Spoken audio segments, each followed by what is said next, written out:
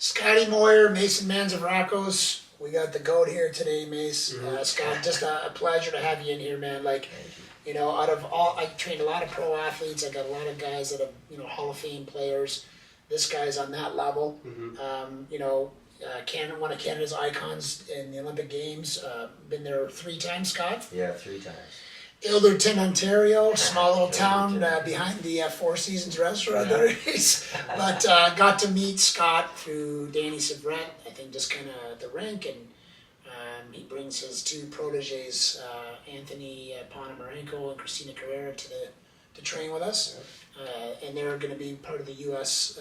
circuit. Well, they are part of the U.S. circuit. Scotty, thanks for coming on the show, bud. My pleasure. It's just great to get for sure, man. I mean, there's going to be a lot of awesome information, I think, that comes from this, and we kind of we'll see. Exactly. I mean, the GOAT is usually Tess, and she has all the interesting stories. So you have to look up her people and get her in. You know what? Yeah, I mean, maybe if she sees this one, she'll be like, "Hey, I want to get on there too. Why didn't you invite me on there? You should have probably invited her on here, right? We need an extra microphone." Yeah. But just what, Scotty, just kind of tell us, how you started out, man. Like we were just talking just before the podcast started.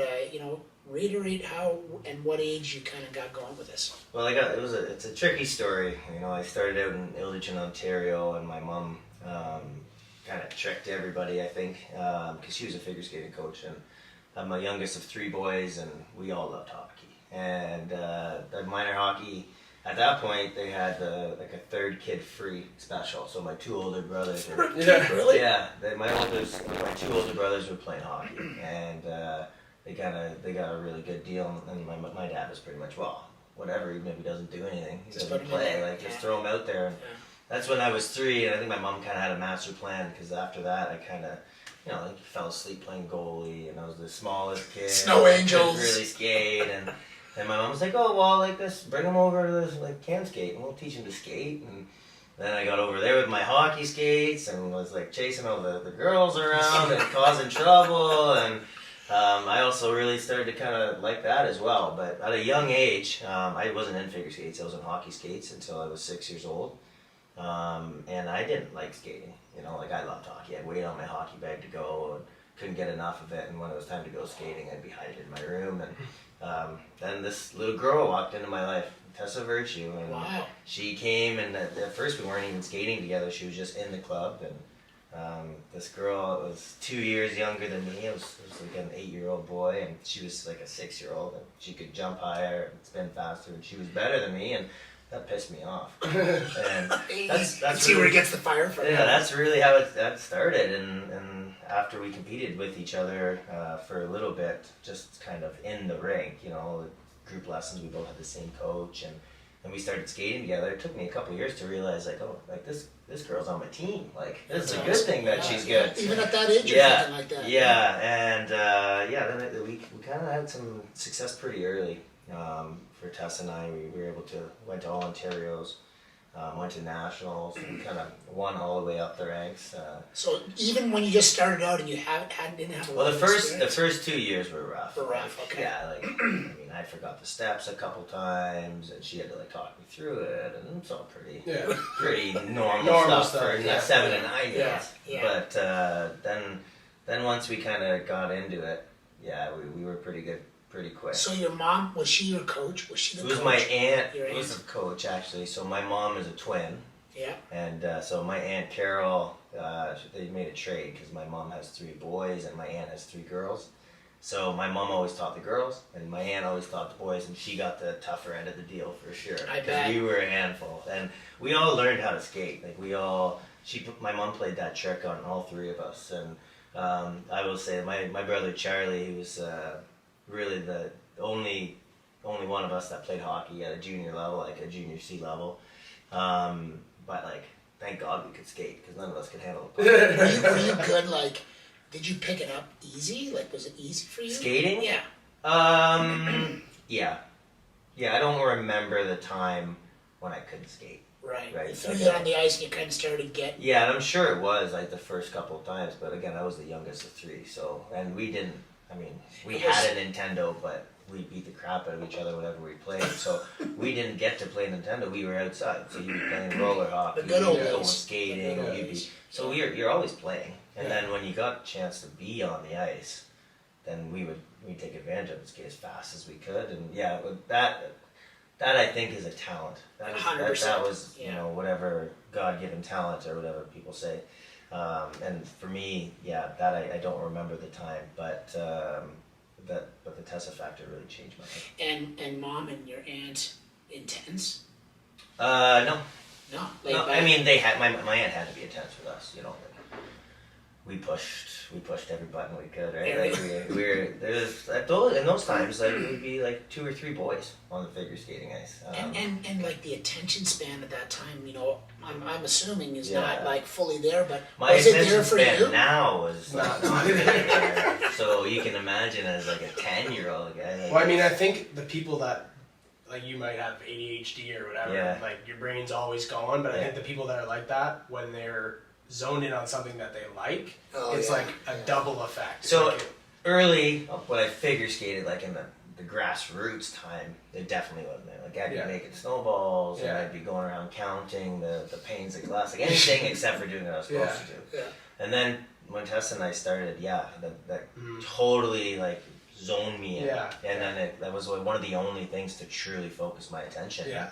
That's totally Probably right. I don't made know. you, I never really thought of it like yeah, that. so, Actually. well, I have high strung ADHD. Yeah.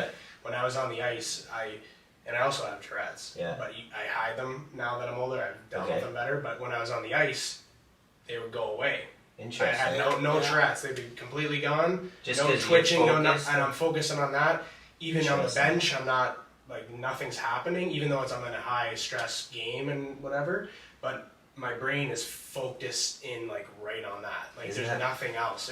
But I always think like some people have to have that part of them to be what they were. Yeah, I mean, that's possible for Yeah. sure. And that definitely would fit for me. Yeah. Like, Yeah. for sure. Yeah, we probably all have, the whole Yeah. world has ADHD, Yeah, but we yeah. don't even know it. Yeah. Just brought it out at some year and you're like, ADHD, all right, everybody's got Everyone it, has it. right? Yeah. Fits the bill when Yeah. when I talk even about myself Yeah. about stuff like that. But you know, I know that going through this process, we talked to Anthony and Christina when they were on the show. Mhm. You know, so you've made friends. You've started to go, okay, wow, Tessa's. You know, we're both interested in this kind of dance.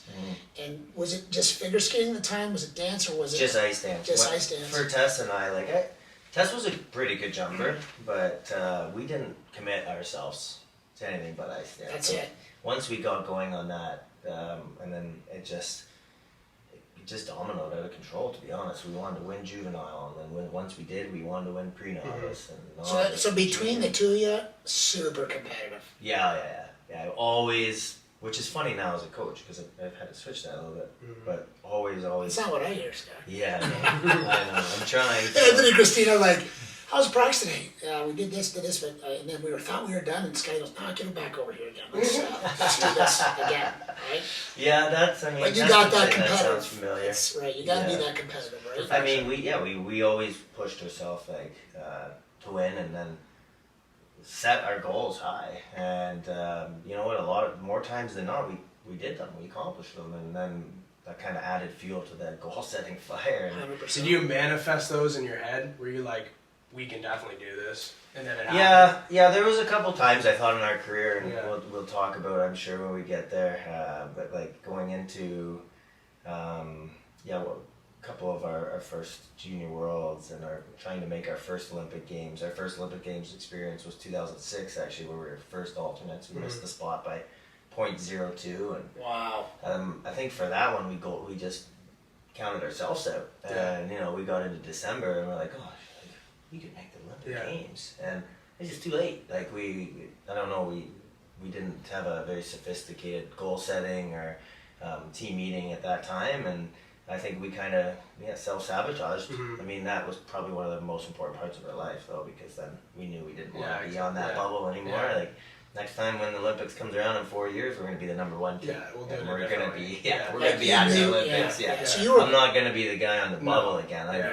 Because I remember that like it was yesterday at national championships, and we're 16 and 18, and we beat the other team in 2 out of the 3 segments. Because back then we had to do compulsory dances. And yeah, it ended up being them a 2 out of 3, and we're .02 behind, and Skate Canada chose the other team, and then they sent, like, as we were sitting at the banquet, we watched them all go up there, get their Olympic coats, and get all that. You're on And fire. we were Yeah. just like sitting there, Yeah. like, oh, It's not pissed happening off. again. Yeah, exactly. So how do they score? It's kind of you know what I did? I'm trying to figure that out still. No, I'm just kidding. No, I mean like so you know NHL they go by points. You get this in, you make the playoffs, right? In dance they score you on your obviously your movements and this and that. But how do you guys get ranked to move up the ladder? So pretty much like to qualify for the Olympic Games, it comes down to a series of competitions, but the biggest one being the national championships, which is about a month before the Olympics. And you know, Skate Canada, our national body, Yeah. they get the last say, so they kind of monitor. You know, they monitor the teams. It's more like picking the Olympic team. You know, Right. so they will sometimes pull a wild card and put somebody else in, and then everyone will debate and think, oh, that's not the way it should be. And we kind of thought, being 16 and 18, looking down the pipe at least 2 more Olympics, that they would have picked us. You know, the other team was 30 and 31, and Right, get some new blood in there. I felt like they missed that opportunity at the time. Now looking back, I don't think that. No offense to the people that are in the position, I actually don't think they were making the decision like that. I think if I was in the position, I would have made the same one to protect us. Like, Right, we were that's exposed good. early. It's early, Yeah, it's. I would compare that to hockey. Like, we would have been overexposed, and we also had a junior worlds that we won 2 months later. So that kind of set us up. But I just think they didn't want to. Yeah, Go from outside there they had protocol. experience too. You see it a lot differently when you're a coach. Now, right? Absolutely, Yeah, and then 100%. also too, like maybe we would have gone to those Olympics and been like, okay, cool, like And that was that's it, it's fun. over. Yeah, let's go on. I with doubt this. it, but at the same time, we look back to that, and then we were able to win our first junior worlds, and then explode on to the world scene next year, where we were 6th, which is the lowest we were ever at a world championship after that. That's the lowest. So you guys were pretty consistent. We came in always. 6th, and then we were 2nd the year after that, dropped to 3rd, and then 2nd first, 2nd first, Yeah. 2nd first. all the and time, then- all the time. yeah. What a grind, eh, bud? Yeah, it was it's a lot of years to be at that level. I was just saying, like you've been to 3 Olympics. Yeah. You tried to qualify for them. You would have been 4 if you made it. that If we far. made it in 2006, yeah, I Right. guess so. Like, But so- we also but we only won 3 worlds, so we always had great competition. We were blessed with that. Like when we competed against at our world championships, I mean, we could have.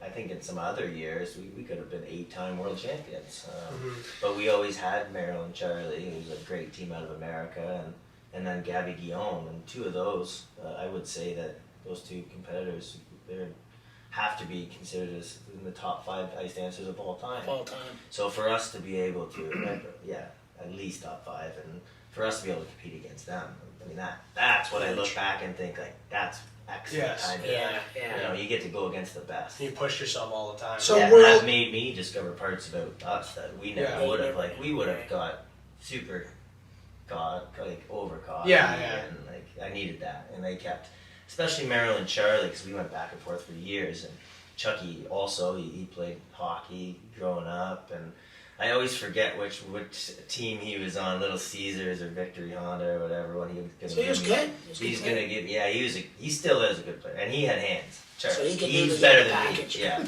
I could feed him cross check in front of the net a little harder. Yeah. I had a bit more grip, I but that's bet- because I I didn't bet have you that hand. I just always thought it was because he was American. But He's like a pit bull. Yeah. Right? yeah. So, anyways, like having that competition now, looking back, I always had a lot of sleepless nights. But then, that kind of makes you all that pressure. So the World Championships, the Olympics, the dynamics between the 2 of them, they're both obviously massive competitions. Yeah. What's the difference? Figure skating that's one of the best things about our sport is that the Olympics is another level. Another level. Another level. Like you mean, just when guys get there, they're just tuned up that much more. Oh yeah, it's very like The mental state. it's the pinnacle of our Yeah, sport. yeah. And everyone, and my coach, one of my coaches was a Russian lady named Marina, of course, but she was cold-blooded killer, and she It always wasn't used that to little say- old Russian lady that I see sometimes on YouTube that's like, Yeah. is that Oh, the yeah. one? Yeah. Marina. Wow. Marina Zueva. She's a good legend in the sport, and she's coached some of the greatest skaters. You had her? Yeah, she's a tough woman. And she taught me a lot in many years. And some of the things I still take with me from my athletes today, but she used to always say, like, yeah, sometimes you can get lucky and win a world title, and you can just be in the right place at the right time, but She looks like Yoda. Yeah. She looks like Yoda. Yeah. Like I'm like Yeah. her very strong accent, Yeah. but very good English, like very intelligent. Yeah. Can she move still? Like, do you think? Oh, yeah. Yeah. Yeah, she's good. I mean, she came from that Russian machine. Mhm. She Yeah. was like a The red. USSR. Yeah, exactly. Yeah. Red Army, Yeah. and like that was figure skating for so long. Yeah. And, she actually came over to Ottawa, and that was the team that we trained with them in Michigan for 10 years. So you think she would be like with the Russians? Why was she with the Canadians? Well, yeah, that's our sport's super interesting as well because you want to train with the best, right? And there's just not that many good schools, Right. and so yeah, you end up with a school right now that has 7 or 8 countries in it, and then the coaches give their best to each Mhm. athlete, and the athletes kind of rate the end of the story. But each team has their own like sub team outside of the rink, right? Like Yeah. Christina and Anthony have you, and Right. some of my other athletes would have other off ice conditioning, and then other dancers, other choreographers. So they all try and get little advantages. But for coaching, it's funny, we haven't run into that problem. And the other thing too is I've seen people try and do kind of secluded training, and it doesn't work, man. Like No. you're just not driven enough, and No. so that's when we came back. Like we always trained with Marilyn Charlie, who ended up, winning in 2014 when we were second, and when we won in 2010, they were second. So it was either us or them. Yeah. But again, that brought more and more out of us. So when we came back, luckily we were still smart enough to know that was a benefit, not a 100%. shortcoming. Helped, So, yeah. It's like- we went and trained with Gabby and Guillaume, and I don't know Wide if receiver they were- 1 and wide receiver 2, right? Exactly. If you don't have and then that. you got to battle for the spot. Yeah. 100%. And that's where you kind of be the best. And it was our insurance plan. Like it sounds like Yeah. if we knew if we were in it with them every day and battling you were every going to day. be right there. Yeah, and then you get to the competition and you've already been in competition for Yeah. 6 months. You're If somebody prepared. walks in Yeah. and training on by themselves and is going to try and compete against us, Good luck. you can pretend to compete every day, Yeah. but you're not gonna. Yeah. Like, No. you can't. Like I would train and watch Charlie, and I'd be like, oh man, guess I can't be lazy today. No Like, way. you gotta So he be never let off the prepared. throttle. He was on. No, he was a pretty gifted athlete that worked hard. Like he had a lot of. He was so explosive in the gym and on the ice. I don't know if that is just his genetic makeup or his hockey, but like he could just. Did any gold medals? Did he? Yeah, they won in 2014. So they won Yeah. 2014. Yep. So, and they won, like, every time we were second at Worlds, they were first, and we kind of flipped back and forth. Mhm. Yeah. So, Well, the reason why I say that about when we were talking about the Russian lady that was helping you, it's funny because when I was in Khabarovsk, Russia, Alexander McGillney owned a restaurant across the street. He was Yeah. like my icon. Never met him, got the job, and when I got hired, this is it's a very true story. I go into this restaurant. It's beautiful. It was like a high-end restaurant. The whole city was a dump. Like Yeah. it looked disgusting. The rink was awesome. The restaurant was and it was his restaurant and hotel. And they had you could go downstairs and have saunas and whatever you want. And upstairs was Nice. the restaurant. So I went over and there was actually a mafia guy that was paying my salary. His name was Ishayev. So I go. They go. You have to meet Ishayev over there because they wanted to pay me a certain amount of money. I said I need this to make it happen because I had a business going on back home. yeah. So I go over there, and this Ishayev guy is bandito, is what they're a bandito, which is like a Yeah, gangster, yeah. is over there. But you'd never know it. Just a normal guy talking to you, right? Driving his gold wrapped BMW or whatever, right? Nobody Yeah. else is driving BMWs around there except for guys like that and the players shipping them over. So I'm sitting down, and then all of a sudden I look across and like, there's Alexander McGillney in this restaurant. So after I finished my meeting with them and negotiating my deal, got done, I got to meet him. But he was one of the guys who defected. Yeah. The agents, I think it was like Meehan or somebody, those guys went over, Don Luce, and stole him.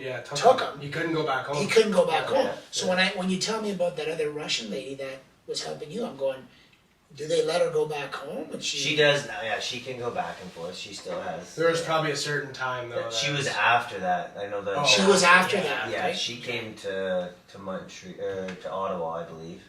Might have been Montreal, one of the two. But that was, I think that was late '90s. Yeah. But like the male coach Igor, of course, like His name Yeah. Igor Alexei. yeah.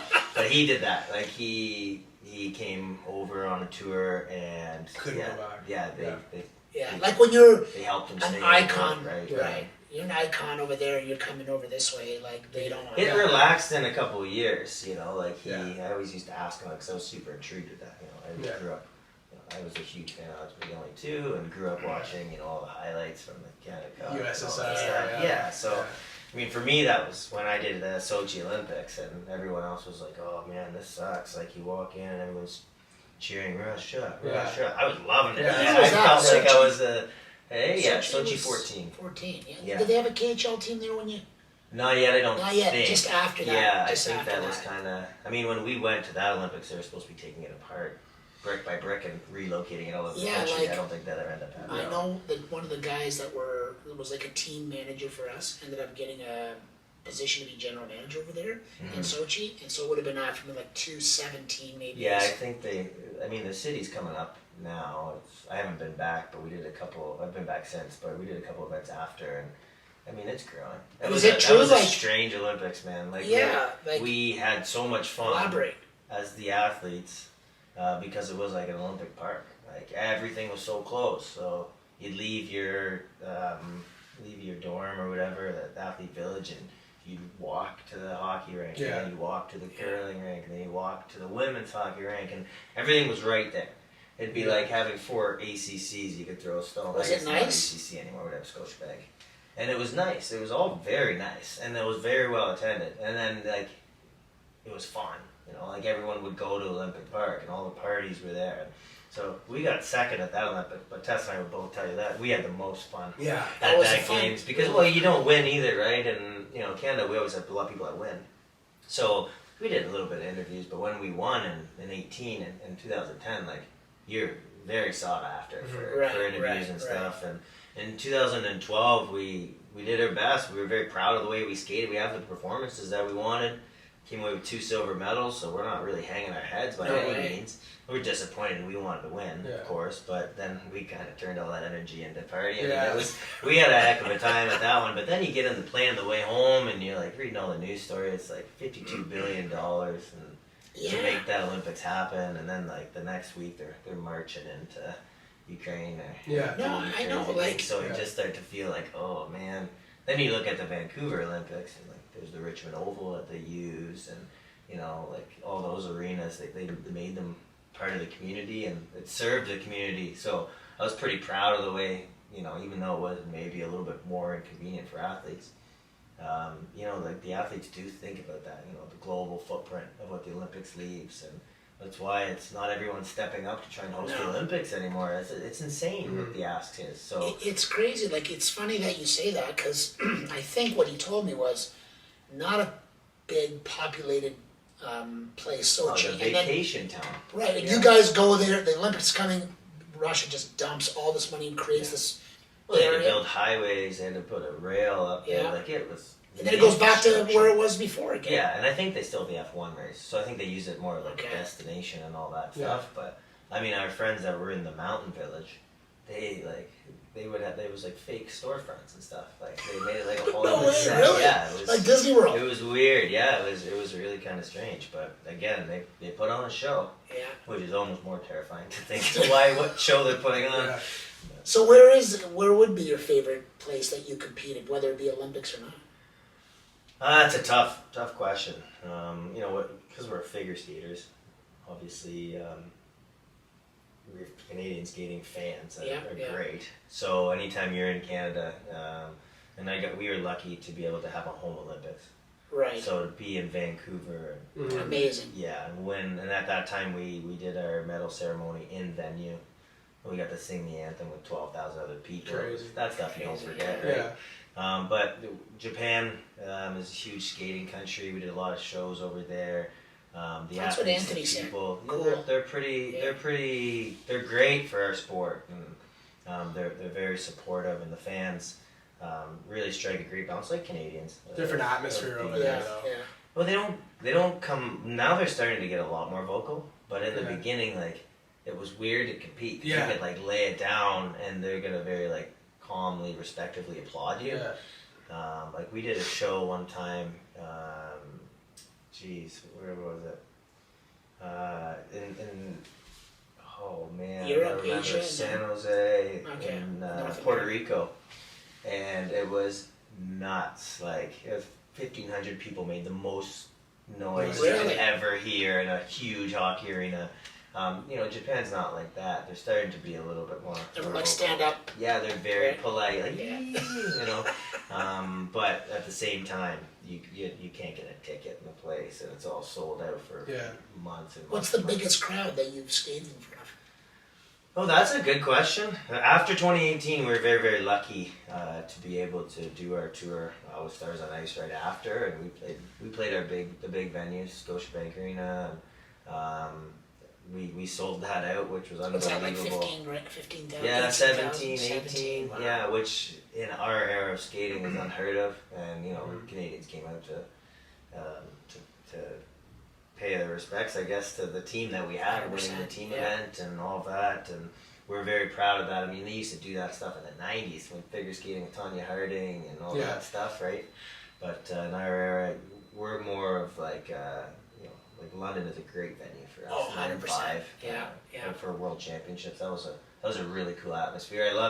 I loved the city put on such a great job putting that Worlds together. I just wish we won the damn thing. Yeah. And, No, Canadians are really, it's cool because we had Ben Johnson at the time that was a stud, and we Yeah. had Donovan Bailey in their time frame, when they were doing really well. And it was like when the Olympics were coming, Everyone was pumped. even though I was a little kid, Always. and I was a Always. football fan, Yeah. Yeah. I'm watching that. Well, that one made me want to go to the Olympics. Oh, Like 100%. Donovan Bailey in '96, Simon Whitfield in Sydney in 2000. It was Yeah. just so funny because I was like, I want to go to the Olympics, and I didn't even know for what really. Like I just wanna be wanted there. to go and Yeah. be there, and probably could have Represent your coached country. out anywhere. Yeah. Yeah. And then when I saw Sally Peltier in 2002, I was like, oh yeah, maybe I should go for figure skating.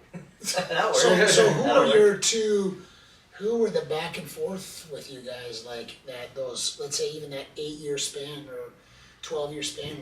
Did you have two other couples that were like, it's down to you and them? Well, for Canada, we had 3 spots because we hadn't had that success at the world level, and that qualifies your spot. So making the team was never in that much jeopardy for us, but being on top of the podium always was the threat. And we had good teams that represented out of Canada. One is still going today that we had to compete against. Still going today. Gillis and Poirier, and we competed against them at the end of our career. And Paul was with us at our first Olympics, and so they're always a threat right now to be on top of the podium. Back then, they had extreme talent, but they weren't quite at the level that they're at now.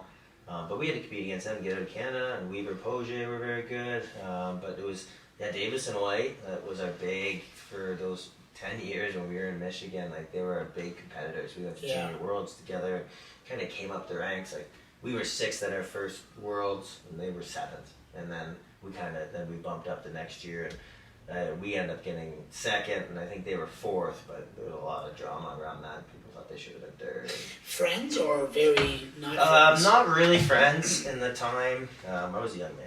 Yeah. And Very competitive. very Yeah, competitive. Charlie and I were great friends, and I still like to consider that we are great friends now. We've had to go through a lot of turmoil in our friendship because, like I thought we were better than them, and we should have won, and obviously, hopefully for him, he thought the same way, and then the training environment got a little immature and poisoned, and I had my hand in that part of it for sure. And so now we have a friendship, and it's funny because he has a school that operates out of Michigan as well. And we So you guys talk? Yeah, we talk, and he coaches Christina and Anthony's biggest rivals right now.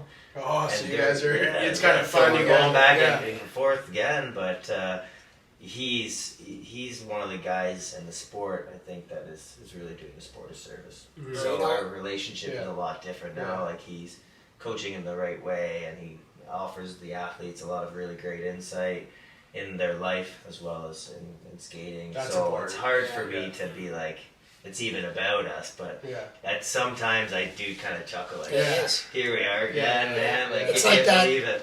It's like if you don't, I think a lot of people that follow you over the years Yeah. know how competitive you are, but in my business, I've been doing this a long time, I can get, you read that body energy of when somebody comes in the room, basically, this guy is like, this guy will not lose to anybody. Yeah. But you have to have that, and that's Yeah. kind of what I Sometimes want. that got in my way. Well, I'm sure, Yeah. but even in the NFL or in the NHL, there's those guys that just kind of like, you might get annoyed that they're doing this way, Yeah. but they The have way- to. yeah, They, that's to be at the top, you have to, and that's kind of what I wanted to like go over was like to get there, Scott. The commitment, the dedication. Like we know there can't be barely any margin for error in your routines. Mm-hmm. Like it's almost like going up and hitting that golf ball at the highest level when you're playing PGA.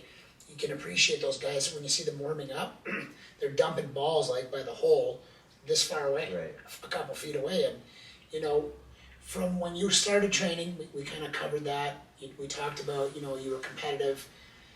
Take us kind of through like a week of training or even like a cycle. Like I know everything's, you guys have got sports scientists, you got everything you need at your disposal. What is it like? What's the process for a skater to be at the level you were at? Well, there's a lot of, I think, first of all, when you say sports science, I think that in figure skating we're some of the worst at using what's available. Yeah. We're very old school. Old school's good though too, right? Yeah, in a way. But I think the many parts of our training, like our career anyways, we trained a long time. So we'd be on the ice 4 or 5 hours a day. And then you're in the gym an hour, then you're doing a ballet class, like an old school, which is also Going from one to working the out. other, right? Yeah, so you do that. We always did 5 days a week. I knew some people that did 6. I don't know how they Crazy. did it. Too Yeah, much. like I emptied the tank at 5. I needed Saturday and Sunday for sure, even before I could get my mind. Even coming back on Monday was hard sometimes. So that's what our training looked like a lot. And then in the last couple of years, we just got smart and we were older. So we would break up, like we used to kind of get on the ice at 8 and be on the ice till 1:30 or 2 until you're pretty much can't even lift your arms to get out of the rink and drive your car home. Then you like go get a snack and come back and hit the gym again, and then you go home and pretty much go sleep and try and do it again. Yeah. And then you just kind of get in this. Rhythm. But I found you got in the rhythm, but you also got crazy fatigue that just lasted, and then you're just lucky to make it through a year. And as we got older, that wasn't really an option Yeah. for us. You Yeah. know, we were competing like when we were competing against Gabby Gill, they were 21 and 22. We were almost 30, and the Yeah, body's because a little it different. changes. Yeah, Changes. and so we just became a bit smarter. We did hour and 45-minute sessions, and the first hour was intense. In the last 45, we would do some technical things. We did that 2-a-days. Then we split up. We do like a really good workout in the afternoon, 3 days a week, and dance the other 2, and then some Pilates. Tess, I know, really loved her Pilates, Yeah. and then some other more recovery work, yoga, stuff like that. And it's mandate. Like, do you train like Christina and Anthony the same way you did it, or is it a little bit? Because I noticed you said you Little. really cut back. Yeah. But I think because you started getting a lot more experience of going, like they're not there yet, right? So you're just still in these. Well, they're building close. stages. I They're mean, close, okay. yeah, I think it'll be interesting as we go forward because it's more athlete to athlete. Some people, like I would like to do 2-a-days. We'd go home and come back, and we were fine with that. Yeah, getting a little bit of rest, right? Yeah. And come back fresh. Christina, she's got to go back to America. That's So tough. she's got nowhere to go. She Yeah. got to like come in, Yeah. and they can take 30 minutes, have a snack, and then be ready to go for another Yeah. hour and a half. So that's kind of what we're doing now, trying to mix the two. So the days They are bring it though. feasible. When they go to the gym, I'm Now, impressed. You Question don't is, have to like- worry about them missing reps. Like, Yeah. they're going. We really, and they're so great for our school. They kind of motivate everybody and cheer everybody on, and it's cool to see some of our younger junior teams really watching. They look Yeah. up to them. Oh yeah. Oh, yeah. And it's funny because like whenever, especially when I'm playing hockey or something, that's the first question. How many teams are you training? I'm like, no, it's about 11 or 12 right now. Oh, yeah, how many are Canadian? Like, oh, it's like, well, there's about like half and half are Yeah. Canadian, Yeah. to be honest, which is pretty good. They're like, oh, I can't, like, you train Americans? like, well, first of all, I'm more in it for the people than Yeah. 100%. country than I've ever Yeah. than Who I've ever cares been. about As an athlete, man, I was like, I would die for the red and white. Always. Yeah. Anyway, I just want Canada to win. Now I'm really focused on the athlete. And Personally, good so, people yeah. come from Yeah. anywhere, Oh, any yeah. corner of the world. So that part isn't as important to me. But even if it wasn't like that, what they do for our young kids coming up, like our kids from this area in London, and even a couple teams that are from Kamoka and Ilderton, and they get access to world-class training because teams 100%. come to me to Yeah. train, and I bring in some really great coaching, and still a lot of my family's involved, and they're really great coaches now as well. So the service, like it's kind of just keeps the cycle keeps Yeah, going, yeah, and once you yeah. get some momentum, it's cool to see, and then they will be able to hopefully be world-class athletes. They already are in the junior ranks and some in the senior ranks, and they're without having to leave home. Like that was kind of the goal of me and my partners at IM, the Ice Academy Montreal. Like we always had to travel. I had to go to Detroit. I had to go. My co-worker Patrice and Mary France, they had to go to France, and it doesn't make sense. Like when we sit down and look at it, we have more hockey rinks Yeah. in Oh, I know, Canada. I Like know. the city of Montreal itself has more hockey rinks than the whole country of France. Yeah. And he had to go halfway across the world. So this project really was there to try and bring elite skating schools, elite ice dance schools, more of them to Canada. And so it's cool. I'm very, very proud of that work. But it's because, and honestly, it's my family really did a lot of work in creating a lot of these young skaters coming up. But then a lot of athletes took a chance on training with me. Christine Yeah. and Anthony Yeah. is one of them. Which is And, good. yeah, Oh, it's, they it's love it. fantastic. But Yeah, Now just for a you- lot of weight, man. Yeah, well, for sure. When you were playing Mhm. or skating, Yeah. Anthony and Christina like to work out after their skate. Yeah. Were you We like that switched too? We switched it a bit, depending on the time of year. So I need them fresh, especially in the peak season. Mhm. So Yeah, like, yeah. our Competition seasons- phase. Yeah. So probably October, September when we start going. I need them to work out after, because Mhm. when we go to a competition, they're not going to be working out in the morning. Yeah, exactly. No, yeah.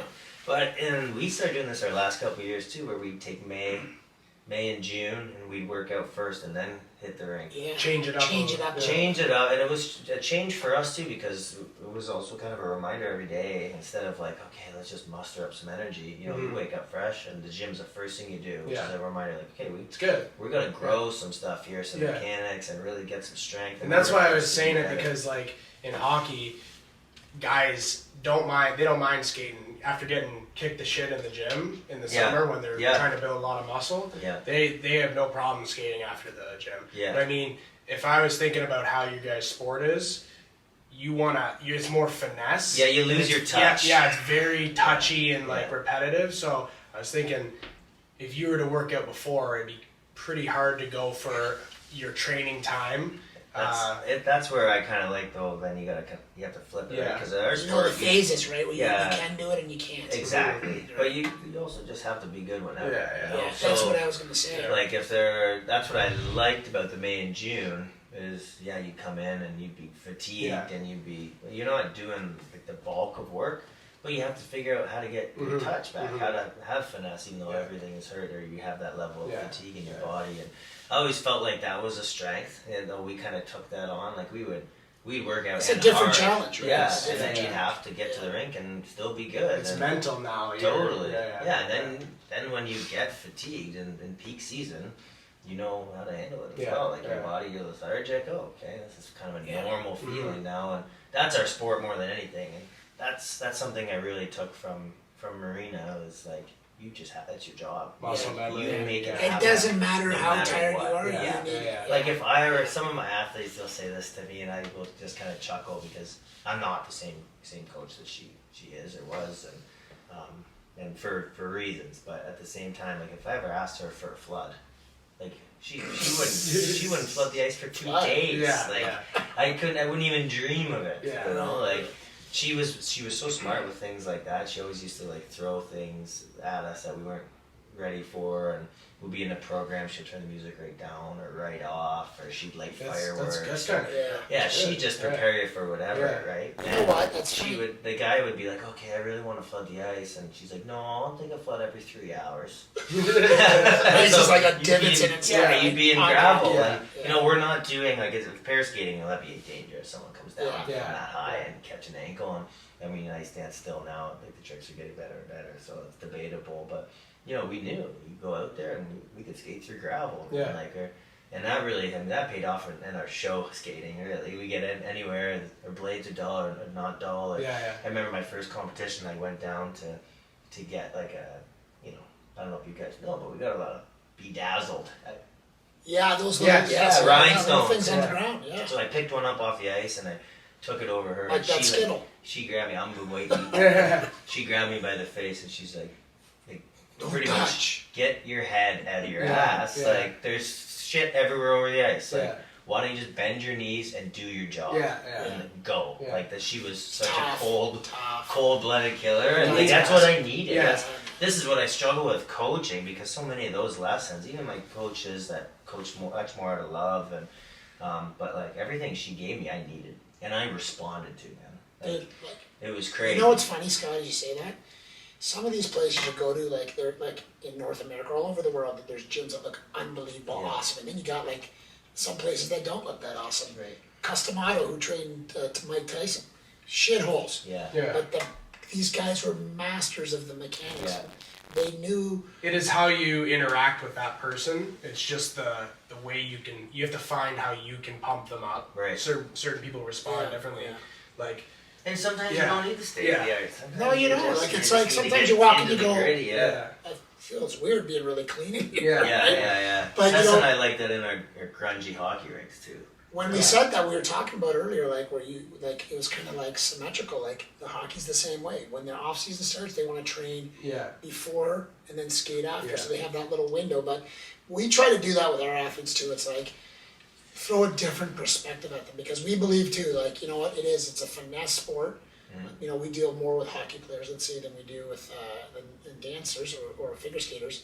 But if you can cross train like that sometimes and still be able to be dialed in, because you got to be dialed in whether you're tired or not. Right.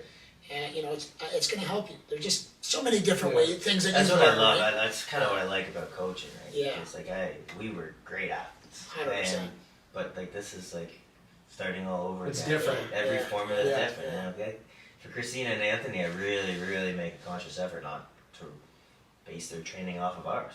You know, there's a lot of lessons in there that I try and take forward, Yeah. but they're different, man. Their Yeah, formula they're is going to be different. completely different than ours, You and definitely look at sports change. the sport differently when you're from playing and coaching. Like I now I'm coaching Right. with Danny, the U16 Yeah. AAA Junior Knights, and it's like sometimes I'm like, I used to do that. I didn't yeah. get And I'm like, so how should I, if the coach was to respond to me and say certain thing, how would I react back then? And now I'm like, okay, now I'm in the position of this, and I'm like, should I take the bad cop Yeah. approach or should I take the good Right. cop approach?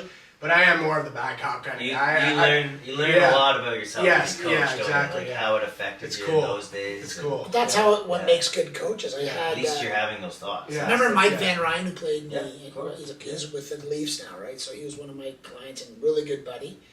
And Van Ryn had all the tools, hated training. Yeah. It was like pulling teeth when you come to the gym, right? Yeah. But you know, sometimes you see the talent in the player, and you go, I got to work with this guy because he's going to switch sooner or later. He's going Yeah. to understand that it's important. Mike was always able to get away with just what he liked to do, but now he's an amazing assistant coach. Isn't that so funny? Eh? Yeah. That's, Yeah. that's pretty. I was cool, talking I'd say. to Craig Berube, who coaches St. Louis, and now Mike's obviously when teams don't win or whatever, they don't get rid of him because Mike's not doing a good job. It's just they have to switch it up. Right. It's the whole personality. Right, That's- right. Yeah, Everybody that's- gets changed up. But he said to me, he goes, Mike is unbelievable with the players. He knows how to communicate, and you know it's the same as me. The shit that I did wrong, Yeah. Yeah. Right. I did a lot of shit wrong, right? And if my mom knew, she'd be like, "I'm married to this guy, or whatever." Yeah. But you learn, you go, "I don't want you to be like that. I want you to do Yeah. this. This is what's going to make you a great athlete and a great person, right? That actually made me like stop playing a lot easier mentally. Yeah. And I was like, because it was, everyone knew me as such a good hockey player, and then when I stopped, I was like, I'm gonna lose all my friends, and I'm not Yeah, he did think that. and I was really depressed for a long Well, time. that's kind of your identity. Yes, actually. exactly, and I knew nothing else. Well, he's like Scott. I like you with your parents and your aunt. Yeah. I took him, and every day I was obsessed with this stuff. I was like, I'm making an athlete because I always worked with pros, so I was like, I knew the work that He was needed to be done. trying to create a specimen, which I liked. Like I liked, and I was a specimen at that age. And But I overdid it. yeah, and it got to the point where I was just like in my brain, I was like, holy shit. Too much pressure. Yeah. Yeah. But it made it a lot easier, like helping guys achieve their dream and like kind of see the patterns of what you did and try to make it better. Yeah. And it's like that kind of made it easier for me to stop because I'm like, now I have a chance to make someone else better. Well, which is like kinda cool. Papu, right? Yeah. Your grandfather, Yeah. right from Greece. $500. A shepherd. Yeah, he was a shepherd. They herded sheep. Yeah. And I remember working for him in the restaurant business. Like, he was a jackass. Like, he was a hard dude to deal with. And I was like, just couldn't tolerate anymore. So in my head, I'm like, I left home at 16. I had to do shit on my own. I had to go get jobs. And I kept playing football, like, in high school. And got to learn how to be tougher that way. But I always said, I love him today to death. He's changed. Like, he's not that guy. He looks back and goes, holy shit, like, I was too rough on him, right? But it was like, I'll never, But I was like, I'll never be like you. I'll never be that guy. And I was like, it was like It's a in clone. you a little bit. I noticed that when I parent too. Mm-hmm. Yeah. And I I had some pretty fantastic parents, but it's just so much autopilot. Oh yeah, 100%. yeah. But you know what it changed for me? When my wife looked at me one day, she goes, why are you so motivated to your clients? And so, like, you do anything for your clients, you go out of your way. But then when you're a kid, and I'm like, she's right. Yeah, no, that does. It sounds familiar. As Yeah, well. I think yeah, my yeah. wife would say Yeah. that as But well. that, you know what? But as a coach, that's helped me understand. Like, I'll get guys that come in, we know that they're studs, and we'll go, and they got a little bit of a shitty attitude, or they're just a little bit lazy, and I'm like, and Mace's like, get on that guy, and I'm like, no, not yet. Let Like, them. you know, yeah, right? you gotta let We'll them get get him. it, yeah. And then all of a sudden, at the end of the summer, I remember there was one kid in particular, I won't mention names, I was looking at him, he's like, kind of lazy, and I was like, then he just started to click in, and I was like, okay, got it. And Now is the time. Yeah. and now he's doing it. Yeah. Right? And then I still, that's the part I'm trying to figure out a bit, right? Like how, The when line. to push, yeah. when to hold back, and the big thing for me, like I was like a dog on a bone. Tess and I both were, and we were lucky, like we always wanted to do it at the same time, we always wanted, none of us, like, there was never any question what we wanted to accomplish, you know, we never had arguments about that. Even when we went to retire, it was like, I'm done. Yeah. And she's like, good, me too. So you Nice knew you were life. done. Yeah, see you later. You knew you were done.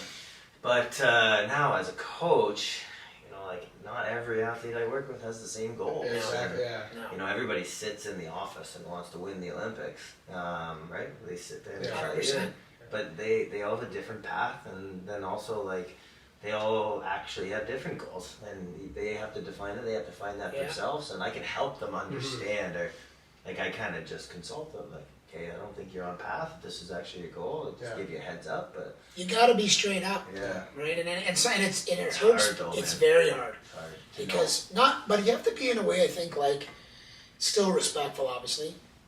This generation is a lot different than ours. It Very, is. very- I know. I'm soft. They get offended very easily. Yeah. I heard Dana White talking the other day. You might have seen it on the internet. He's like, I this didn't is see this. effing soft. And I'm like, Oh, yeah. these guys are not. And I told my kid, you better not be like this. It is getting soft. It has gotten very, even from when I was younger, was completely different than what's Well, happening there's today. just, I think, Yeah. more, like, it's just a different time. It's, you know, there's more money that parents have, and you can afford to buy a stick or skates or take your kid here and there. You'll find it, a grandparent's going to help.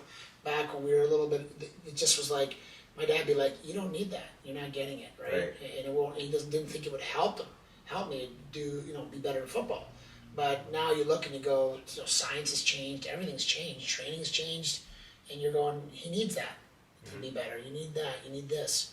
So It's kind of interesting though, because it sounds like you guys like, you had some strain in your relationship through the hockey. Oh, yeah. Me and my dad, like when he coached, we played house league hockey, I know that's not what you were playing, but like our relationship, like man, every Oh, yeah. car ride, Oh, yeah. every, Yeah. and Oh, that, yeah. that's mostly because that's the age you're at. You're just a jackass, but yeah, but I mean, there's some evolution there. Like you guys talked about stuff. Clearly, Oh, yeah. you've gone through. Oh, we figured it out. Yeah, There was a time period where I was just like I was a kid, and I was very, very, very good starting up, young age, and I only had one goal. I only had the NHL in my brain since the day I got good at hockey. It was a couple years it started, and then 1 year I broke out, and I was like, okay.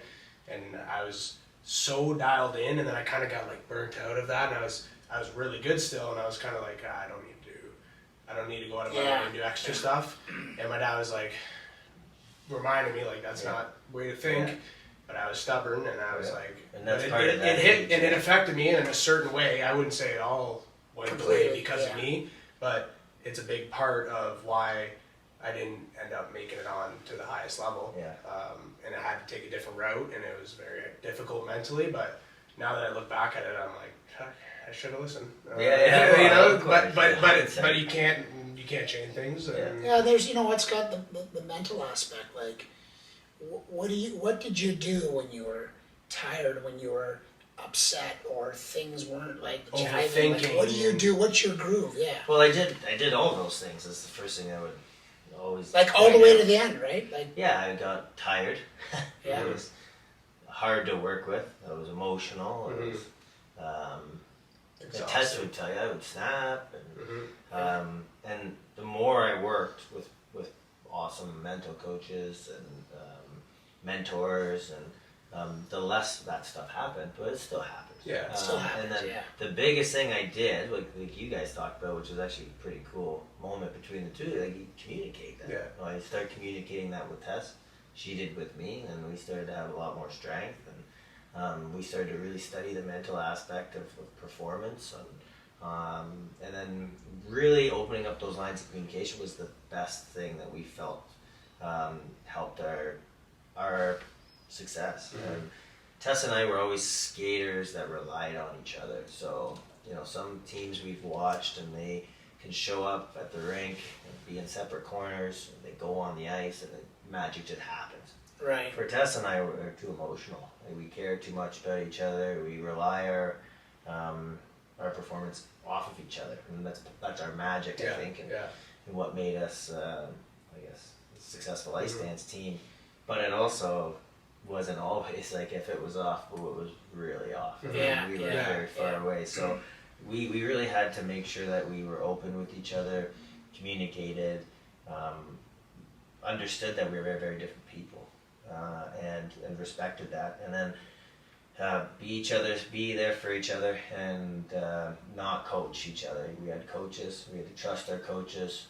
I never really remember having too much urge to correct Tess. She's damn good. Yeah. She was good. She was damn good. You're not getting any better than that. Yeah, and also like I had my own stuff to worry about, and Tess felt the same way, and we were always in each other's corner. So that part came very easily, but it was the off ice support, making sure you're there for each other, and that was how we stayed at the top for so long. Is we worked with people, man. Like we worked on our relationship. We were with a marriage counselor for a bit, and then we had an off-ice sports psych, and then we had kind of like a mental coach and a performance expert, and we just kept working on that. And then later part of our year, that's what we really loved the most. Like we were students of that, and we wanted to see whatever edge we could get, and we loved studying that stuff. So, I mean, that makes sense now as a coach, that all those skills, like all that stuff you've gone through, that kind of becomes things that you can pass on. Yeah, dude, you're like a wolf, man. These guys like you gotta know. Like I know, but I think you gotta have that fire. As soon as you walked in the front door, I was like, this guy thinks a lot like me. just the way you walked in, and like your facial expressions, I'm like, he's a dog. Yeah.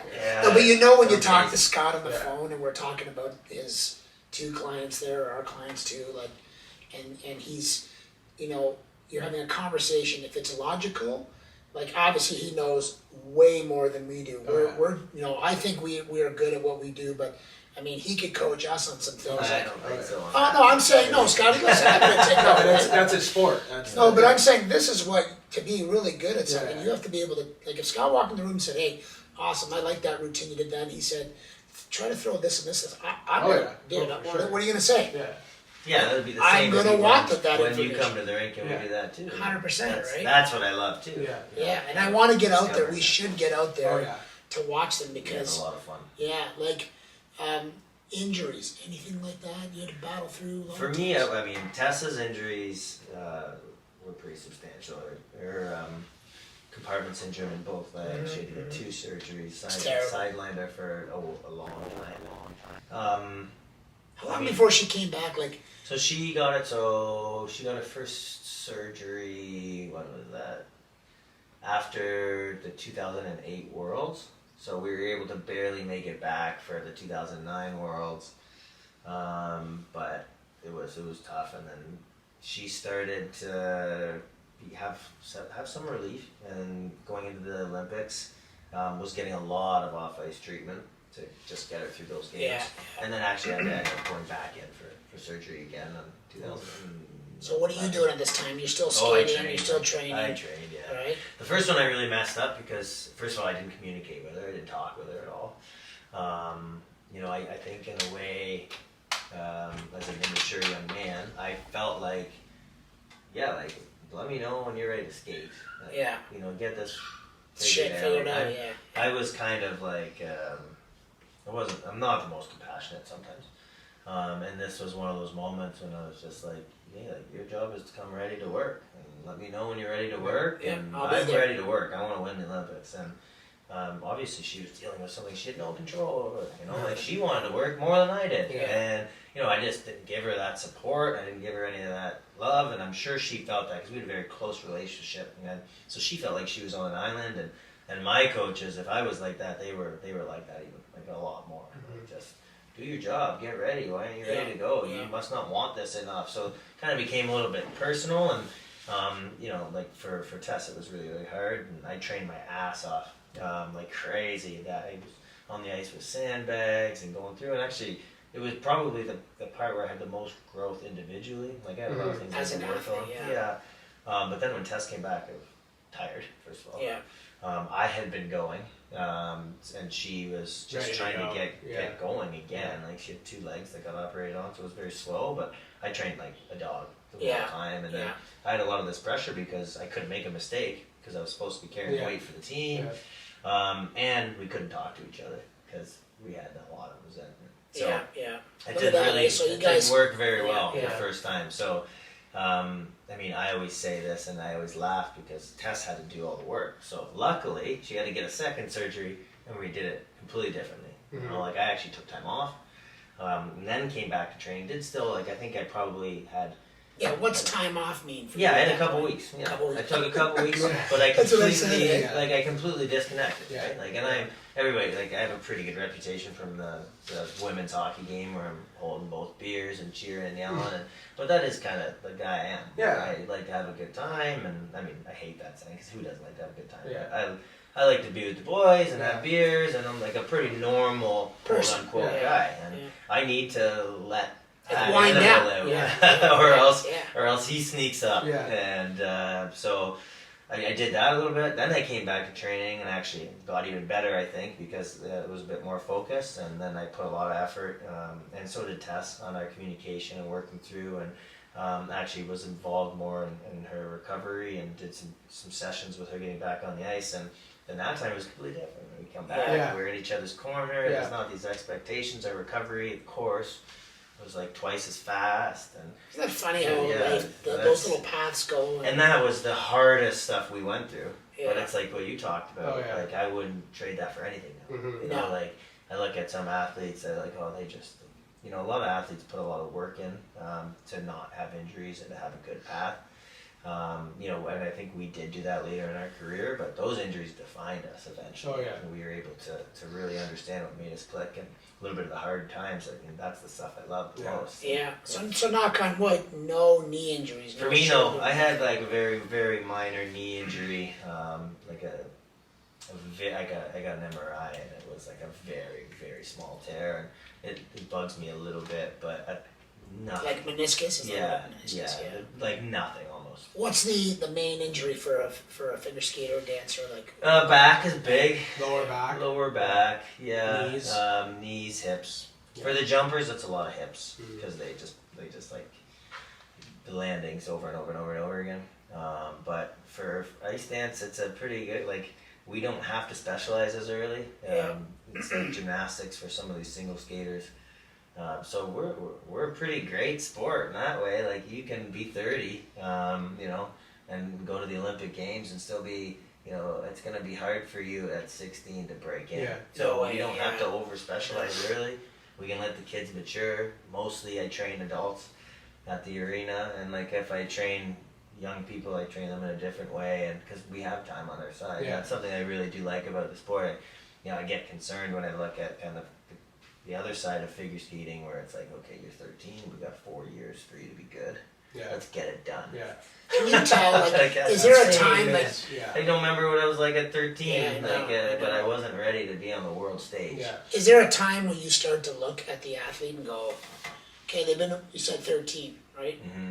Between 13 and 17, and you go, they don't got it, or they do got it, or No, for us, no. I mean, I think it's very different.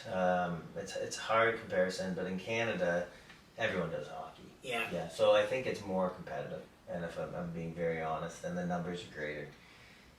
In ice dance, there aren't as many people that do it, but the formula's changed so much too.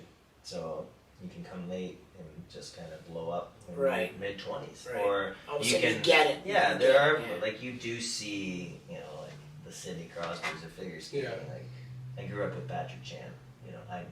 The kid's gonna be great since he was 10 years Little, old. yeah, But it's still crazy impressive, because like Sidney, anyways, like he applied himself all throughout. all And the time. he was great because yes, he had Yeah. that skill, but also because he had Mhm. the soft skills to push Yeah. himself and to work on stuff, and so that you can see. But in ice dance, I'd never count anyone out.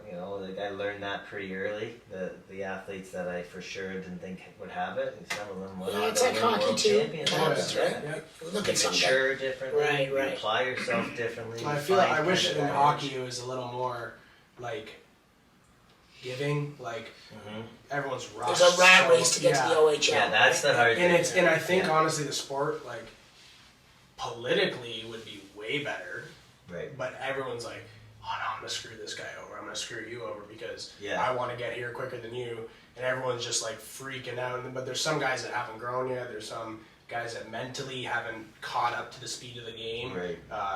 And I wish it was more giving like that. It's hard. I mean, it's hard, and then it's those pressures.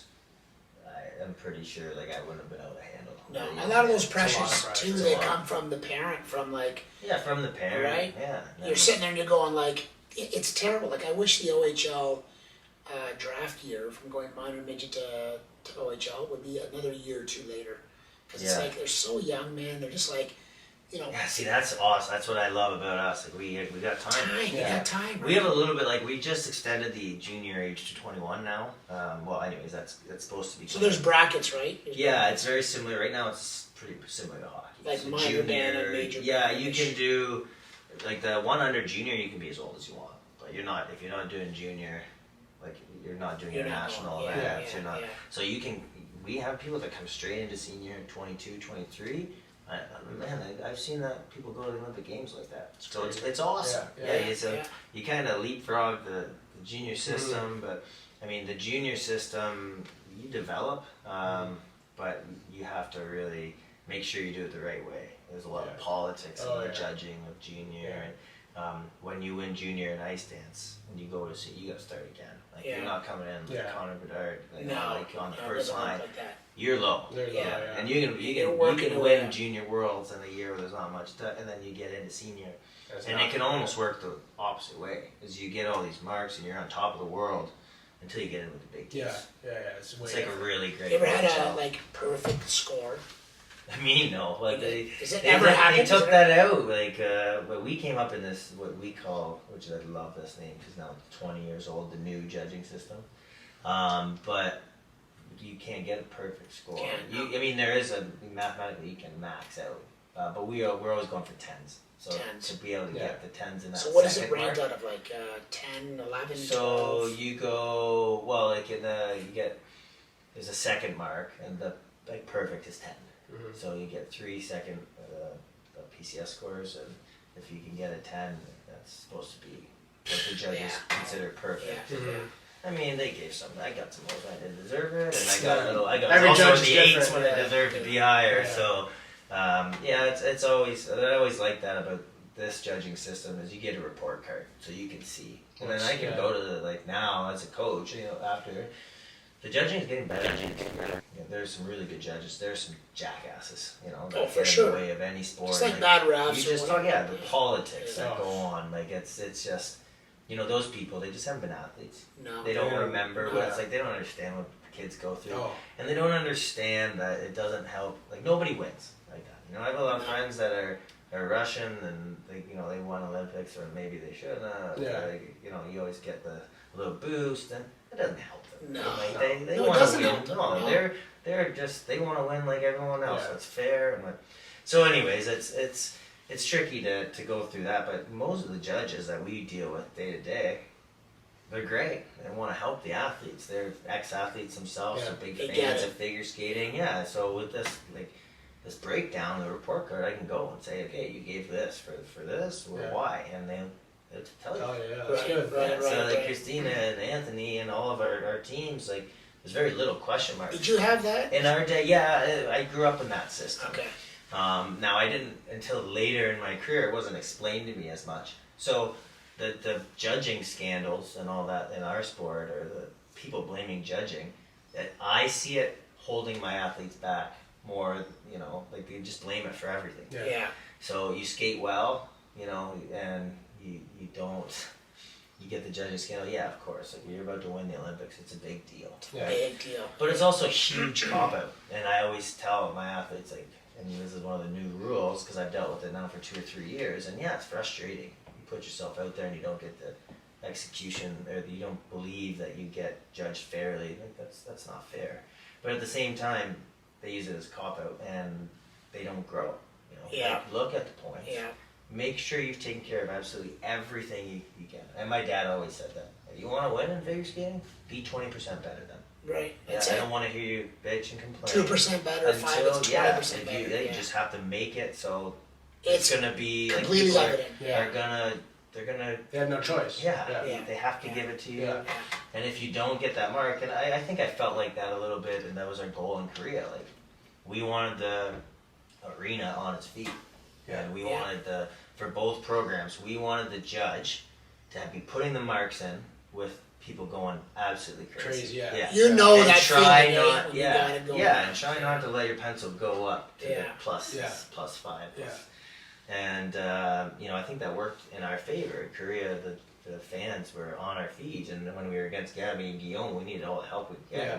So we relied on some of that emotion, and then the judges, they're emotional. They feel that they can't give you a -2 mark when everyone's on Ears their- are getting yeah, shot. like, Yeah. So, but our kids, or our athletes, or all figure skaters, we're trying to make a real effort to make judging better, but also for athletes to understand. Yeah.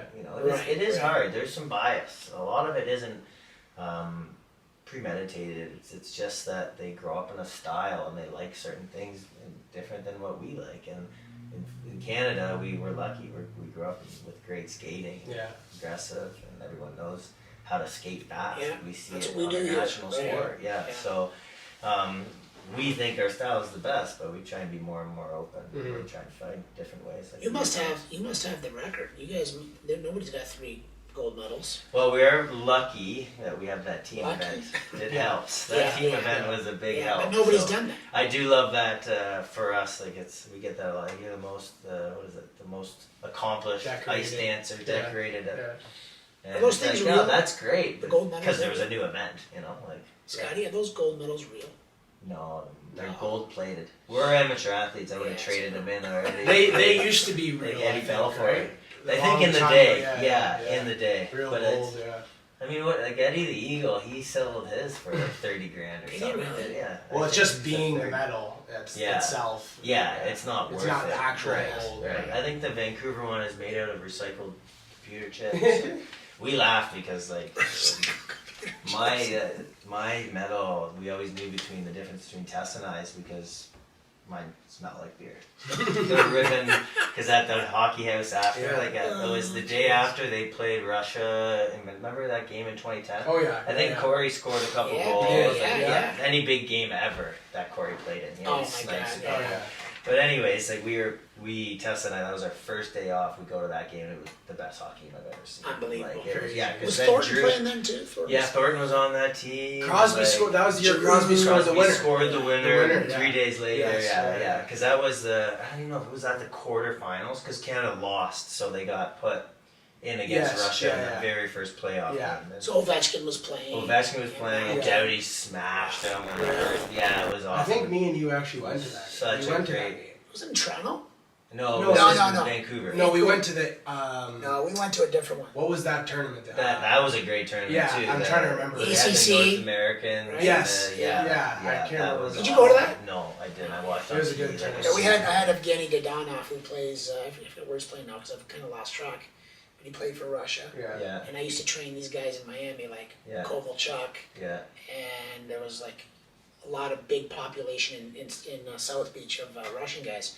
So they gave us tickets to go watch, and it was awesome, man. Yeah. It was like I was. I like, mean, wow. that game, I don't know if I'll ever see another hockey game. No. That That crazy, was yeah. wide Yeah. open. And like, you've seen they that- were going, like the Russians were amped up. Oh, yeah. I think the only other, and I think a lot of kids haven't seen it, is that one Canada Cup series where Lemieux passed it. No, Gretzky passed it off to Lemieux. Yeah, Like, yeah. That's the. These guys gotta watch that. That is the best. I go on YouTube still and Yeah, watch it. to see Oh, that. For Tessa and I, we wanted to win just so we could be sure to get hockey. Yeah. You met a lot of Scotty, you met a lot of people on your travels. You met any like Kim Jong Uns or any No, presidents? I had a couple friends who went Any to aliens? North Korea. The Queen. I mean, we met the Queen. Yeah. Yeah, that was very cool. We had dinner with the Queen. I wish. Did you? Yeah, Wow. they had in her Jubilee. She came through, and the Queen, and we were at a table. I think What'd she Harper was like? the Prime Minister at that time. So all of a sudden, we're sitting there with the Prime Minister, and we didn't really even care. He No, was there. was she Yeah, talking? yeah, was the yeah, Queen yeah. talking? Yeah, we were so shy. Like, there's all this protocol, right? Oh yeah. So I was like, okay, first time you have to say Your Majesty, and then Yeah. I forget actually. It's just something So, like like- you can't touch her hand or something. Yeah, you can't. Yeah, and you're only supposed to speak if you're spoken Yeah, to. yeah. But I wish I just would have dropped that shit because I think they're quite normal people. Yes. Like, they couldn't Yeah. have cared less. It's just and they just wanted to, the like, people around them. yeah, exactly. And like you have to follow all the rules, Yeah. of course. But like she made an effort. Like she said, like, "Oh, are yeah. you taught by Russians or British?" Because like in our Yeah. sport, it was always like Torvalin and the British versus the Russians. Yeah. Yeah. And I was like, "Oh, we're taught by the Russians." But that was kind of the only thing I said Yeah. there, and I kind of wish I'd opened up some A little bit more conversation. questions and Yeah. stuff. But I was young and scared. Yeah. My father, Getting kicked out, you man. met Yeah. Krista, my wife, before you came over, and her dad was the Prime Minister Brian Mulroney's bodyguard. Yeah. So he bodyguarded for the Queen when she came here. They stayed at Redtail. Yes. So yes. she stayed there, and when they leave, they take all the bedding, the toiletry, they take Oh, the yeah. seats, the toilet. I'm not sure about the whole toilet, but at least the top of it. Anything she touched, because they Yeah, would go and sell it, right? Yeah, of course. Yeah. So he got to do That's that. so strange. It's Like, weird. what a weird Yeah. world. Oh, But yeah. he couldn't talk to her, nothing either. He couldn't say anything. Like you just sit there, right? Yeah. Yeah, I mean, I wish I had said something because they Yeah. were super nice. Yeah. And they gave us all the chance in the world, but you're just like, oh. Harper, you could talk to. I'm sure. Yeah, his wife, we got along quite well. Yeah. And So was it like a table of like 8 people? it was or 10. 10 people. Yeah, Tess and I, and Jennifer Heil was there, and the general at that time, and then Harper and his wife. It's pretty cool. Pretty sure I'm setting. not allowed Yeah. to just call him Harper, but you No. know, there's some So whatever. Yeah. ex-prime minister, yeah. Well, they call him. It's better than And what Her they call him Majesty Trudeau. as did. well. Her Majesty, yeah, Her Majesty and Rest Prince in Philip peace. was there as Yeah. well, and it was cool. But they, like, everything was about them, right? Because it was a celebration Yeah. of their 60th Jubilee, whatever, and they couldn't not that they couldn't have cared less, but it's almost like they kept forgetting that everyone in the room was just so fascinated to be in the same room as the queen. Yeah. She was always like, they'd be talking and she'd be looking around like, what's all this Yeah, fuss about? yeah. Like she just wants to chill out. Yeah. No, I know. I really enjoyed that experience. That was I the one bet. person and that I met that kind of blew my mind. And Well, not many Bobby people Orr. meet him. Bobby Orr did that for Did you me. meet Bobby Orr? Yeah, but last time that Mem Cup was here, I forget, it was one of our sponsors was also working with Bobby Orr, and yeah, we were up in the box with him, and he was one He's of a the great nicest guy. guys Yeah. I'd ever met. And I he golfed was with him, Yeah. and I used to train some of his clients. He used to send me his clients, Jeff Carter, yeah, back in the day when he started an agency after Yeah. him. So he came into London the one time to come watch. There was a kid playing for St. Thomas Stars that he had, and he had Carter. And anyway, we ended up going golfing. But what a gentleman! yeah. That's Good one of the dude. guys like he doesn't know who Bobby Orr got. Yeah, He was yeah. more concerned with everybody else in the box, like who needs a drink, Yeah. and just make sure everyone's taken care of. Yeah. And then what was before I went to Russia? I was Mike Keenan hired me. Sorry, Beijing, because they put a Okay. KHL team there. So he called me down to the Ritz Carlton in Toronto to go have lunch with Gretz. Yeah. Esposito was there. Mike Keenan, Eddie Mio. Oh yeah, I remember Eddie Mio. Eddie Mio was like- Mio was pretty funny. He's a too. beauty, eh? Yeah, he's a dude. But for Gretzky sure. was like, I'm sure, I didn't take it personal. Like I was talking, I told Yeah. a story about his dad in Brantford when they were at a ball hockey tournament. Yeah. That his dad came out of the car and he was trying to move these, those big long things that they put in the construction to block the Yeah, roads off. yeah. And we came over and helped him, and he was like, "No, I don't need any help. I'll do it myself." So I tried to tell him that. I'm thinking that he's going to be like, "Hey, I'm engaged in a conversation with this guy." He was always standoffish, eh? No, he's a lot of people say that. Yeah, He's but like, but you watch him, like I think if We he met knows him a you- couple times. Yeah. He was nice No, for sure. yeah. But it's like at the Olympics, he's in the box, right? And Yeah. you feel like you're the 50th person to walk in. Oh, Yeah, and And he's he's probably so just like, can I yeah. just watch Imagine this his damn life. game? Yeah. Right? That's Yeah. why. Yeah. You walk around, you're like every move you make, Yeah. and you guys were huge at your time. I'm sure you had a lot of like media and people coming up to you, but imagine what he has. Yeah, it's crazy. I can't imagine. 10 That's times more. Different. Now he's got DJ in the family too, so. Yeah. Did you play for the junior knights? I did when I growing up, Yeah. and then I So now you're back coaching. now I'm back coaching. Good for you, Yeah, man. it's good. Yeah. I was when I was young, Yeah. I played for the Chiefs. Chiefs. Oh, Yeah. did so you? Now they're the The Canucks. Canucks, Yeah. yeah. So who would have been So- anybody you played with in the Chiefs organization that went on to NHL? No, a couple guys went and played in Europe. Azevedo played. Oh, he was Yeah, good. he was good. He's over in the KHL but right he now. So he would play with us, and he was a year, 2 years younger. Yeah. And he was he good. always had lightning shot. Oh, yeah. man. He should have been in any. Today, he'd be like if he was younger, Yeah, but he makes big money over in Russia. good for him. He Yeah, plays for yeah. Akbars. And he was a super guy. Super guy. Even as some of these guys, even as young men or as young boys, you could tell they're gonna be good. Yeah. guys. Oh, good yeah. guys, Yeah, good yeah. guys. Because that was when we were like 10 years old, something Yeah, like that, yeah. right? And the people are already getting. Yeah, there was typed like up and- Mike Oliveira. I don't know if you remember that name. He was like supposed to be like ahead of Joe Thornton at the time. Oh, yeah, Another- okay. I think Wes yeah, Warren guy. yeah, that's it. Joe's older than me. Joe's a bit older. Yeah, He's yeah. 43, I think. Yeah. So You're he's 30. just about 36. Oh yeah, he's I'm in 87, so it would have been like, yeah, a couple of those guys growing up, they played over. But yeah, I was only on that team because I could skate, right? Bad. I I could wanna skate. see- I wanna see win, him play hockey. You so I should could play kill a shoes. penalty, but Yeah. I could get 18 breakaways in a game and not score anything. Russ Cornell. eh? Yeah, Russ exactly. Cornell. Yeah, totally. But he still made money doing it. Yeah, he's a bit better than me though. I'm gonna kind of like finish off here and kind of like ask you like what you're doing today. Like what's your job with is it your own business? Is it like do you work for somebody? Yeah. Well, it's I have a partnership, so it's my own business that I own with 5 partners, and Yeah. part of that is my old coaching staff.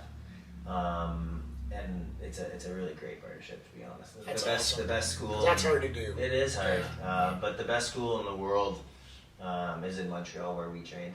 They have the last Olympics. There's 20 teams that make the final skate, and they had 10 of them. Whew. So They're good. Yeah. they're a little too good Yeah. sometimes because the rest of the world's a little pissed off Yeah. at them all the time, right? Yeah. But they're just It's all right. they're professionals. Just know what They're they're good, doing. and one thing that they also do really well is they're like in it for the athletes. And so when I was done, They're the real deal. Like they do. they, like you yeah, guys. they're legit. care. Yeah, they care. And so when I was done, I actually thought I was going to end up in Montreal and be part of that staff. And but I met my wife, and we wanted to be kind of back home. Actually, we were in Tampa, Florida for a little while, and then ended up coming back here and kind of I was going there to work and said like, well, my family has this little skating school started up. I mean, they have a huge skating school, but the elite program is pretty small. I started in with that a little bit, and then started talking like, could we, grow this footprint a little bit more? And we're gonna have a lot of athletes have come up from you for many years now, because he had just started hit school when he retired. When he retired 6 years before I did. So yeah, it started to grow more and more, and now it's 12 teams in Kamoka, Ontario. And so, We need that, though. We there's- needed that. It's great for, I'm very proud of that. I mean, there's a really great school in Scarborough, and there's in Calgary and in British Columbia, but other than that, it's mostly, there's a couple in Montreal, there's a huge one in Montreal, and then London, Ontario is, on the map. That's and good. It's Yeah. great, and then you look around the world, and Who was doing it? Was we're- anybody doing it before you? not guys? much, no. I mean, there's some grassroots programs, but everybody would drive. You go down to Detroit, or you go to Toronto, or, Lot of or money you go to spent there, Europe, right? and then even Moscow. Like people would be going, lots of money. So Like it was expensive for you, Scott? yeah, it was expensive. Is it Well, more for expensive than expensive- hockey?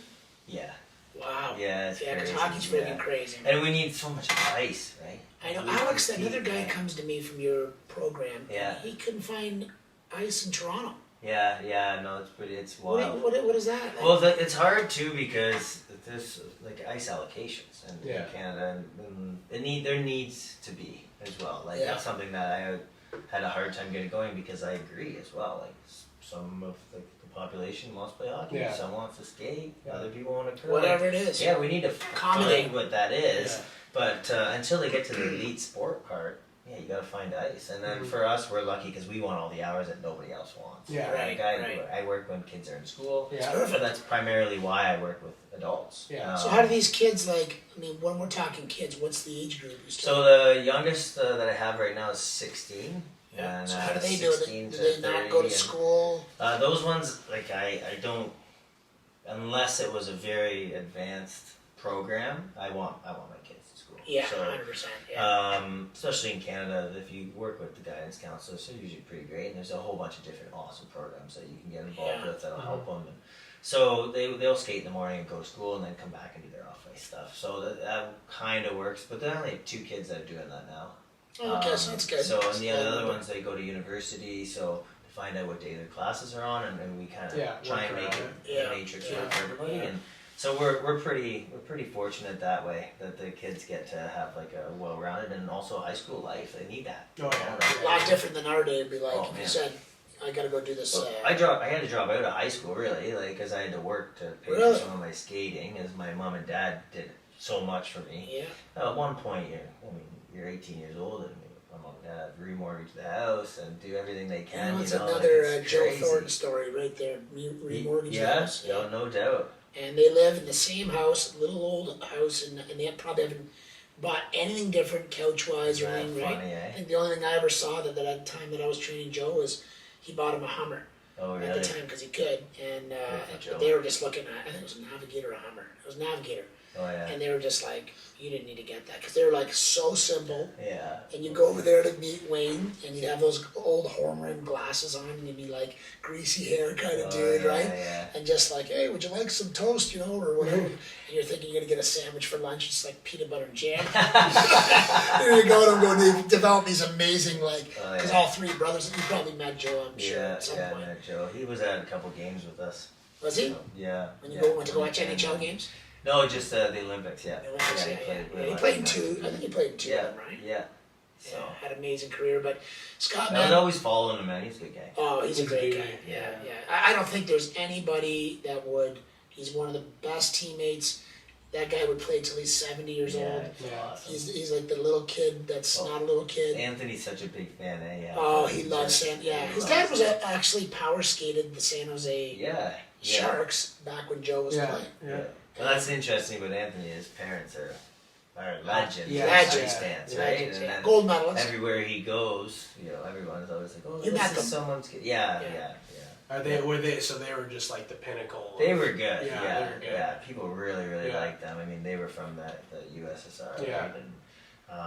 And they're fantastic in their own right. But now with Anthony, he's like, not he has to fight against that ghost, but Yes, it's a but- very Oh, different 100%. sport now. Another The pressure, kid is, yeah. The kid is unbelievable. The way he skates. Sometimes I watch him skate and I go, I don't think I can keep up with that. So it's just different, right? But it is strange. It's like you see all these NHLers too that come up after their dads were in the Yeah. show, and it is a different type of a pressure. And I don't know. I always admired Tony the way he handles it. That's his dad's name, Tony? No, Anthony. Oh, Anthony, Yeah, Anthony, I yeah, call him yeah, Tony. I yeah. should probably. I probably shouldn't. But No, I Oh, mean, that's he's all right. he works hard. You wanted me to come to a concert with him, but I couldn't go. This EDM concert, I Oh, was man, like, he loves that yeah, he stuff. loves that He music. puts it on at the rink all the time. I know, was like, yeah. What is this? Yeah. What is this stuff? Yeah. No, you know what, man, Scotty, honestly, we're thrilled to have you here today, Oh, man. this is fun. pleasure. Thanks for Yeah, having me. we needed a location here to look after the dancers, the figure skaters in London. So what is the name of the business? What's the...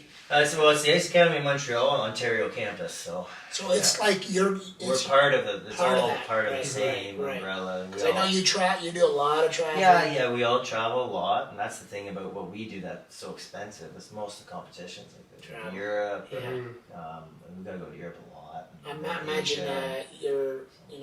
I know Christina's wardrobe, we were talking about the other day, is like, Anthony's like, you should see this thing. It's like 1,000 different... Is it as expensive for a guy than it is a girl? I don't think it's the same. I But know. the girls, yeah. Like Tess, she'll tell you, like she spent a lot more money on dresses than I. Than you ever did? would have had to. Yeah. It's pretty easy. Like for me too, I was like, just give me a pair of black pants, Yeah. or whatever. Yeah. So. Well, yeah. buddy, listen, man. We'll be watching for your. We've got your two young proteges there, and we really appreciate you being on the show My today. pleasure. Yeah, Thanks it for was having me. awesome. Everything No you problem. do for him, buddy. No problem, buddy.